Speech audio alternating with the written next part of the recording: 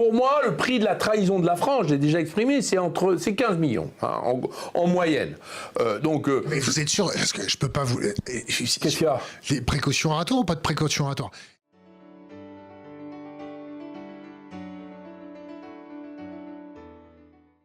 Bah, moi, j'ai fait la liste des patrons de boîtes, hein, qui ont reçu un chèque pour se vendre presque aux enchères. C'était en euros ou en dollars? Ah bah, je pense qu'il y avait un peu des deux. Hein. C'était un peu ça. On ne fait pas de partie ce soir. Hein. Ah non, mais je vais donner les chiffres. Je vais donner les noms, peut-être. C'est encore mieux. Je l'ai déjà dit devant une commission d'enquête parlementaire. Donc je peux le redire ici, avec toute la même sincérité et liberté. Alstom, c'était un chèque d'une vingtaine de millions pour Cron et une garantie d'immunité des poursuites pour corruption mondiale de la part du Department of Justice de l'administration américaine.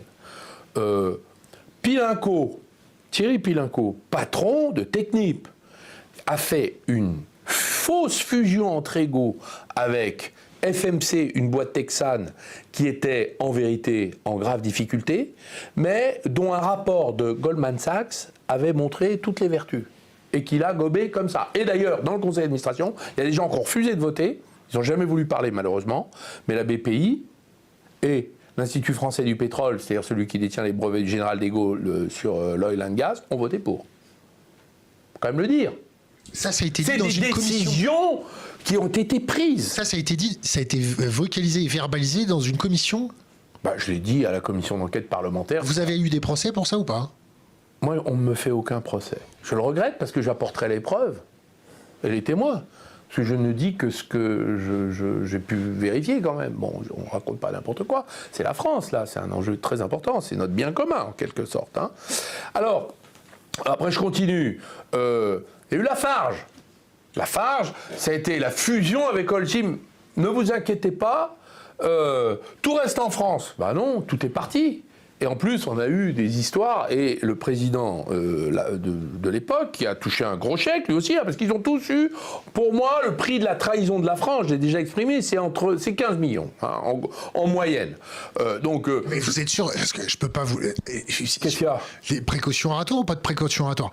Ils n'ont pas trahi la France, ces gens-là. Bah, ils ont vendu un groupe du CAC 40 dans des conditions qui ont fait perdre le contrôle à la nation de ce groupe, contre un chèque, une rémunération extraordinaire, extrêmement importante, qui montre à quel point finalement la vénalité dirige les affaires. Hein, ça, on n'est pas surpris. Enfin, quand on a une responsabilité de gouvernance et qu'on est à la tête d'un petit morceau de France, Alstom c'est un morceau de France, Lafarge c'est un morceau de France, Technip c'est un morceau de France, je suis désolé. Et Alcatel, les restes de la CGE, la compagnie générale électrique, il y avait Alstom, Thomson, Alcatel.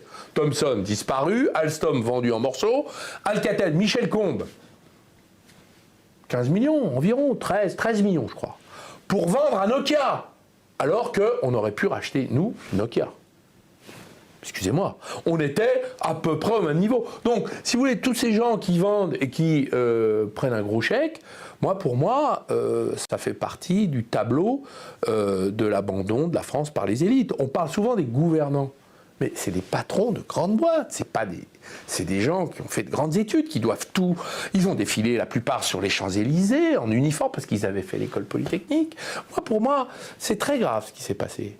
Et ça continue, hein. Ça continue.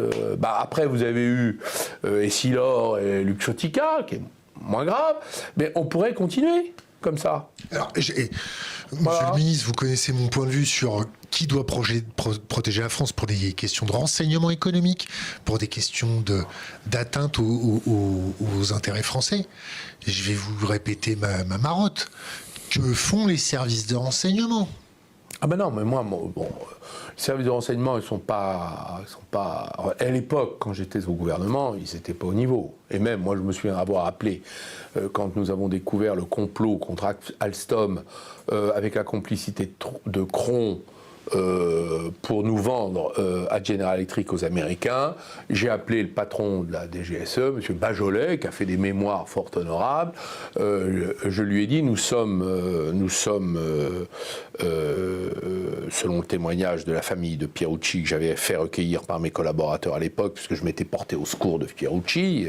Il voulait raconter cette triste histoire, et lui a souffert énormément pour avoir résisté et refusé de collaborer avec le système d'espionnage que le département de justice américain, décidé au plus haut niveau, voulait mettre en place contre nos intérêts français et contre une entreprise française qui s'appelait Alstom. Il a refusé, il l'a payé 2 années de prison en orange avec des chaînes aux pieds et toute la violence à l'intérieur des prisons. Voilà ce qui s'est passé. Donc quand j'apprends ça, j'appelle le patron des services secrets, un certain Bajolet. Bernard de son petit nom. Je lui dis, nous sommes